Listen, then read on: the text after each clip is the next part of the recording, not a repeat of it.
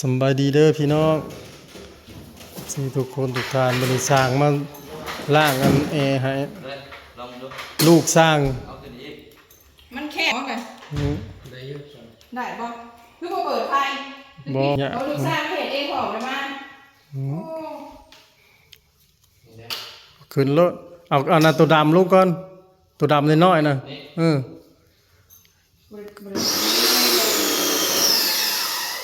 ได้แล้วบัดนี้บอกสองคนนี่ฮะ20 นาทีจักเครื่องนี่นะเขาบอกให้มาล้างนี่นะ3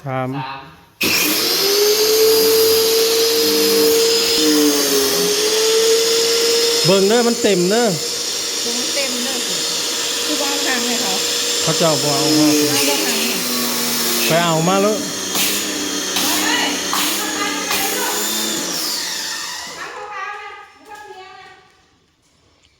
เวลาในห้องพักให้แขกบนเตียงคิดว่าหนูซ้ำชิ้นหน่อยช่วงนี้ภาคเฮียนให้ลูกแล้วมาเฮ็ดเนาะบ่ได้ข่าวจบเบิ่แล้วบ่จบแล้วยังจะมีแต่ผู้ป่วยแล้วไปโทรศัพท์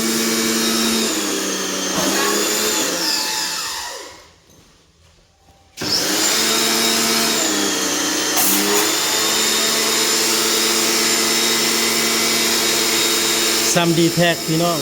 ลูกชายเราเลยมันยืดจับอะไรลูกมันไปจับมันนั่นน่ะเนี่ยก็ไม่ใช่เลยมันไปหับโทรศัพท์ซ้อมผิดได้ไปกินเดียวค่ะแคนเซิลก่อนช้อนให้ลูกชายจนเก่งเนาะว่าพ่อเป็นช่างลูกก็เป็นช่าง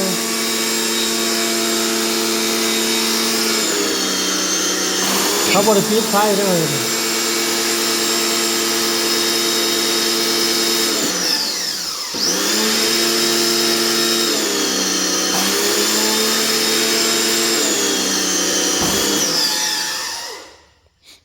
คันอยู่ใกล้นี่ปกติมัน500บ่อันนี้นะก็เธอหนาเออสิไปแก่เอาเด้อ500 บาทเออสิไปแก่เอาต้องมาเห็ดไอ้แก่รถกับอุปกรณ์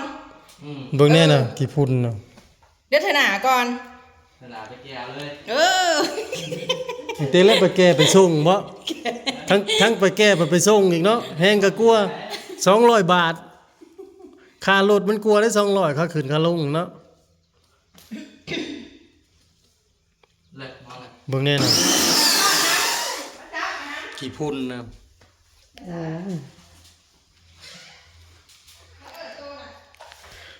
ล่างทั้งในแล้วจะสิออกไปใส่น้ำแอร์อยู่นอกพี่น้อง700 บาทสร้างน้อย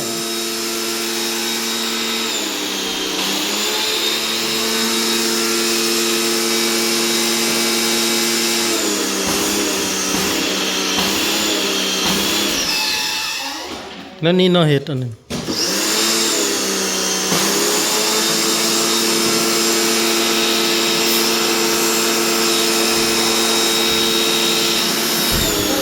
สร้าง2 คน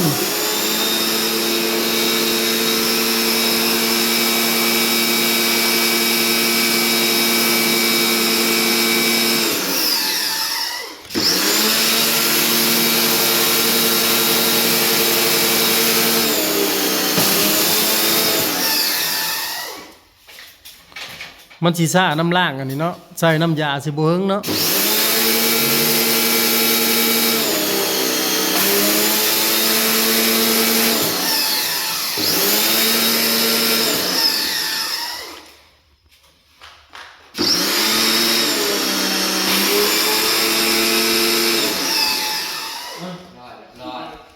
เรียบร้อยแล้วมันคักเลยใครดอกสร้างน้อยตลอดประสบการณ์ประสบการณ์เพียบประสันติดแอร์เนี่ยจะได้หน่วย2 คนเลยตามหน่วยก็มี2 คนเก่งหลังก็หา6 หน่วยบางหาเงินเก่งแหละหาเงินไปเป็นสาวว่าปียังก็ปีแล้วคันได้มาล่างอยู่นอกบันใส่น้ำยา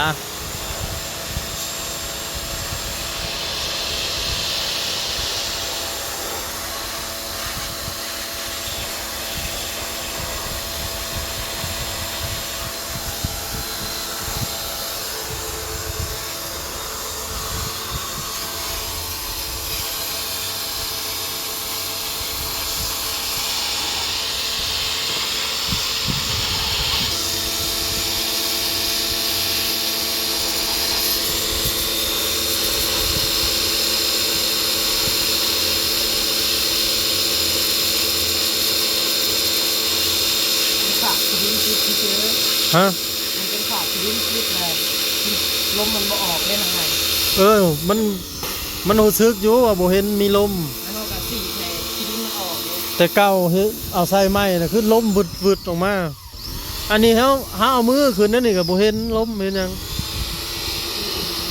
บ้างแล้วเราไม่เปิดให้เราลอยน้ำเลือดมันน้อย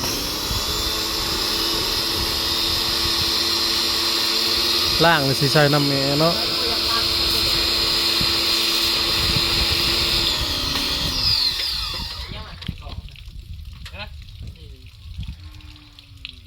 อัดนก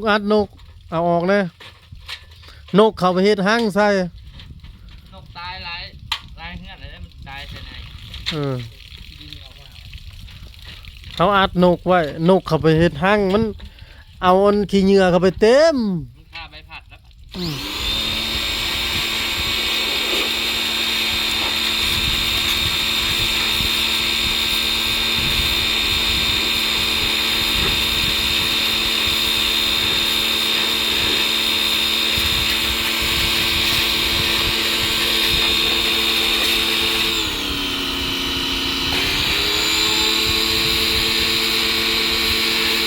บ่ได้แกะออกมาบ่นี่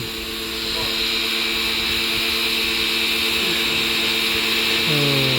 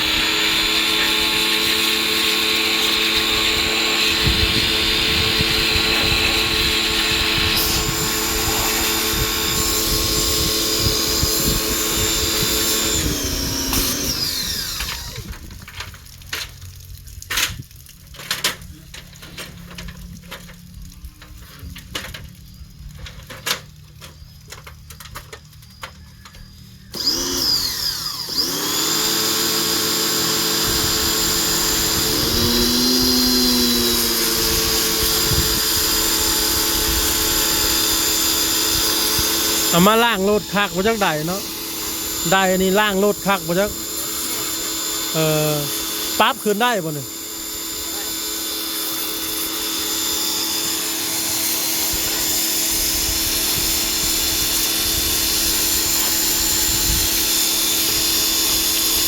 ดินเต็ม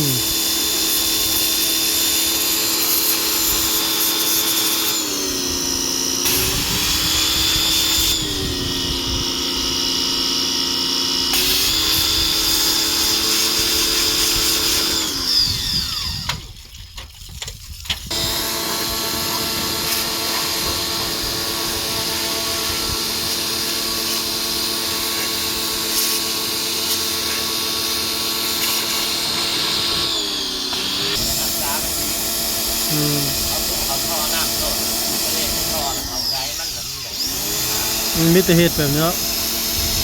มันมีกันตองนะเนาะ